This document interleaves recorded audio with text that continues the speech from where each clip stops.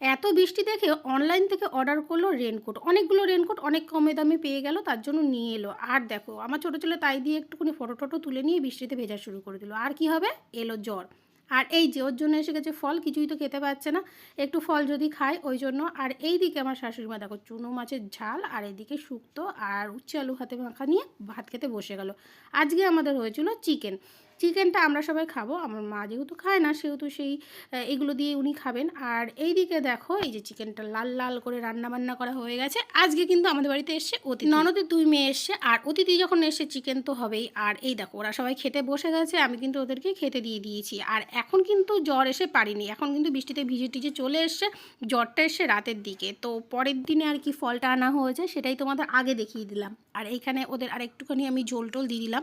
আর এখনই ছোটো ছেলে খেতে বসে বলছে ওর শরীরটা খারাপ লাগছে। আমি বললাম তুই বৃষ্টিতে এত ভিজেছিস, জ্বর তো তোর আসবেই। তো বলতে না বলতে রাত